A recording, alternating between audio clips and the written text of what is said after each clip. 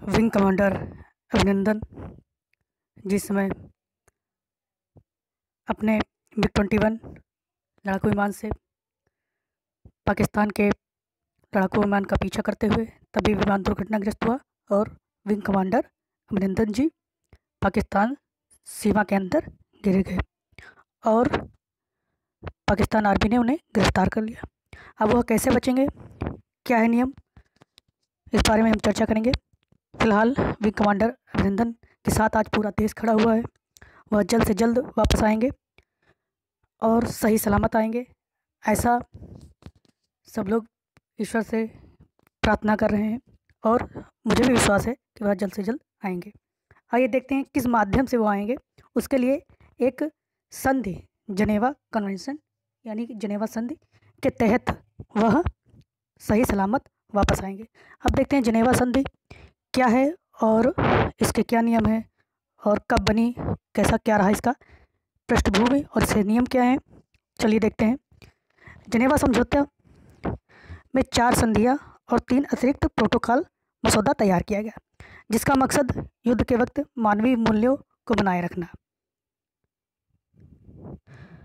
मानवता को बरकरार रखने के लिए पहली संधि 1864 में, इसके बाद दूसरी संधि 1906, तीसरी संधि 1929 तथा चौथी संधि द्वितीय विश्व युद्ध के बाद 1949 में 194 देशों ने मिलकर सभी लोगों ने एक मसौदा तैयार किया। ठीक है, इसमें पाकिस्तान व भारत भी शामिल था। इसी संधि के तहत क्या है, चलिए देखते हैं। International committee of red cross के मुताबिक जनेवा समझौते में युद्ध के दौरान गिरफ्तार सैनिकों और घायल लोगों के साथ कैसे बर्ताव करना है के साथ संबंध व दिशा निर्देश प्रदर्शित किए गए हैं। इसमें साफ तौर पर जाहिर किया गया है युद्ध बंदियों को क्या अधिकार है। जनेवा समझौते में अनुच्छेद 3 के तहत युद्ध में घायल व युद्ध बंदियों को किस तरह से उनका उपचार एवं उनकी देखभाल करना है, आर्टिकल 3 जनेवा कन्वेंशन में दिया गया है। युद्ध बंदियों के साथ बर्बरतापूर्ण व्यवहार नहीं कर सकते, उनके साथ किसी भी तरीके का भेदभाव नहीं कर सकते, सैनिकों को कानूनी सुविधा मुहैया कराना। जनेवा संधि के तहत युद्ध बंदियों को डराया धमकाया नहीं जा सकता। इस संधि के मुताबिक युद्ध बंदियों पर केवल मुकदमा चलाया जा सकता है, वह भी कानूनी रूप पर। साथ ही इसके अलावा युद्ध के बाद युद्ध बंदियों को वापस लौटाया जाता है।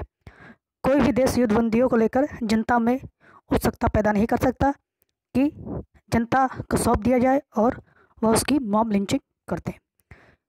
यह एक अंतर्राष्ट्रीय संधि है और इस पर हर देश अमल करता है। युद्ध बंदियों से सिर्फ उनके नाम, सैन्य पद, नंबर तथा यूनिट के बारे में पूछा जा सकता है। यह वह संधि है जिसके तहत विंग कमांडर अभिनंदन वर्तमान वापस, जब भारत व पाकिस्तान के बीच एक शांति वार्ता तब तक स्थित नहीं होती तब तक वह पाकिस्तान में रहेंगे, उसके बाद यह वापस आ जाएंगे। अब पाकिस्तान का एक कर्तव्य है कि विंग कमांडर वर्तमान अभिनंदन जी को उनको सहित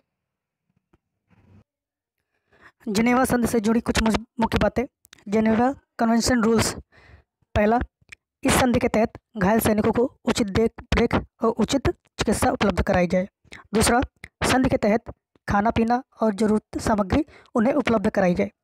तीसरा, इस संधि में किसी भी युद्ध बंदियों के साथ अमानवीय व्यवहार नहीं किया जा सकता। चौथा, किसी भी देश के सैनिक से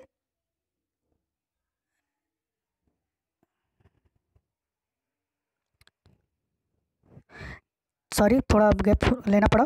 किसी भी देश के सैनिक युद्ध के समय अगर वह दूसरे देश में पकड़ा जाता है, उस पर तुरंत यह संधि लागू होती है, वह चाहे महिला हो वह चाहे पुरुष युद्ध बंदी हो। ठीक है। अगला 5वां, संधि के मुताबिक युद्ध बंदियों को डराया धमकाया नहीं जा सकता। छठा, युद्ध बंदी की जाति, धर्म, जन्म आदि बातों के बारे में नहीं पूछा जा सकता। ये वही चीज़ है जो अभिनंदन जी को पाकिस्तान से वापस सही सलामत रूप से लाएगी।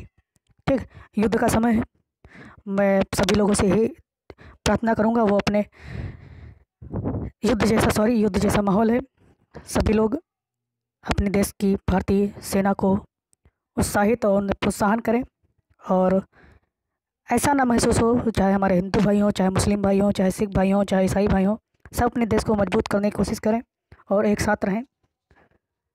और सभी लोग दुआ करें कि अभिनंदन जी सही सलामत आएँ। और काफ़ी जगह ये वीडियो फ़ोटो उनकी वायरल हो रही है। फ़िलहाल में कुछ मीडिया तत्व जो हैं, जो काफ़ी हैरानी से, वो खाली उनको सिर्फ टीआरपी की ज़रूरत है और कुछ नहीं करते। सिर्फ टीआरपी ही उनका एक मकसद है। ना वो मीडिया पे अभिनंदन जी का कुछ चित्र दिखा रहे हैं, ना कुछ दिखा रहे हैं जिसमें एक उत्साह, एक इंटरनेशनल लेवल पर एक बड़ी मांग उठ सके कि हाँ, अभिनंदन जी को कुछ नहीं हो। और पाकिस्तानियों को आप जानते ही हैं कितने दिल के काले होते हैं। मैं आप सभी से यही रिक्वेस्ट करता हूँ कि आप अपनी सेना का मनोबल बनाए रखें। जय हिंद, जय भारत।